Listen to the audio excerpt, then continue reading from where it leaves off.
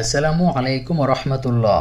প্রিয় দর্শক শ্রোতা, আজকের ভিডিওতে আমরা আলোচনা করব অন্যের হক নষ্ট করলে তওবা করবেন যেভাবে। ইসলামে বান্দার হককে সর্বাধিক গুরুত্ব দেওয়া হয়েছে। এ কারণে অন্যের হক নষ্ট করলে আল্লাহ তাআলা মাফ করবেন না যতক্ষণ পর্যন্ত ওই বান্দা তা মাফ না করবেন। এক হাদিসে নবীজি সাল্লাল্লাহু আলাইহি ওয়াসাল্লাম বলেন, আল্লাহ তাআলা শহীদের যাবতীয় অন্যায় মাফ করে দেন, কিন্তু ঋণ মাফ করবেন না, কেননা এটা বান্দার হক। অন্যের হকের বিষয়ে আল্লাহ তাআলা সতর্ক করে বলেছেন, আর যারা অন্যায়ভাবে এতিমদের সম্পদ আত্মসাৎ করে তারা মূলত তাদের পেটে আগুন ঢোকাচ্ছে, অচিরেই তারা জাহান্নামে প্রবেশ করবে। সূরা নিসা আয়াত নম্বর 10।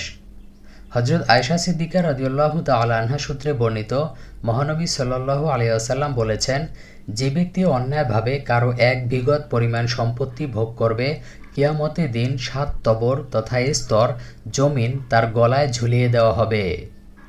সহিহ বুখারী শরীফ হাদিস নম্বর 2453, মুসলিম শরীফ হাদিস নম্বর 1612। এজন্য কোনোভাবে কখনো কারো হক মেরে খেলে তা থেকে তওবা করতে হবে, এবং এই ধরনের পাপের ক্ষেত্রে তওবা কবুলের শর্ত হলো যার হক নষ্ট করা হয়েছে তার কাছে তার পাওনা ফিরিয়ে দেওয়া, আর ফিরিয়ে দেওয়া সম্ভব না হলে তার কাছে মাপ চেয়ে নিতে হবে। তাকে তা ফেরত না দেওয়া বা তার কাছে মাপ না চাওয়া পর্যন্ত তওবা কবুল হবে না।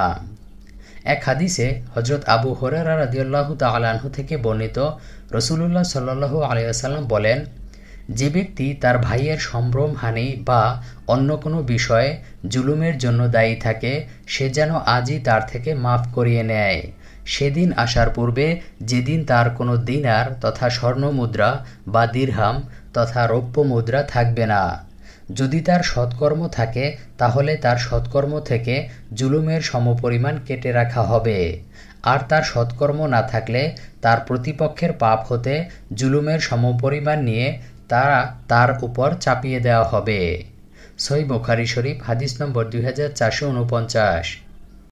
ইমাম নববী রাহমাতুল্লাহ আলাইহি বলেন, কেউ যদি কোনো বান্দার হক নষ্ট করে তাহলে তার তওবা কবুল হওয়ার জন্য 4টি শর্ত রয়েছে। 1 নম্বর, গুনাহ ত্যাগ করা। 2 নম্বর, কৃতকর্মের জন্য অনুতপ্ত হওয়া। 3 নম্বর, সে গুনাহে পুনরায় লিপ্ত না হওয়ার দৃঢ় সিদ্ধান্ত নেওয়া। 4 নম্বর, হকদারের হক পৌঁছে দেওয়া। যদি এ 4টি শর্তের কোনো একটি না পাওয়া যায় তাহলে সে তওবা শুদ্ধ হবে না।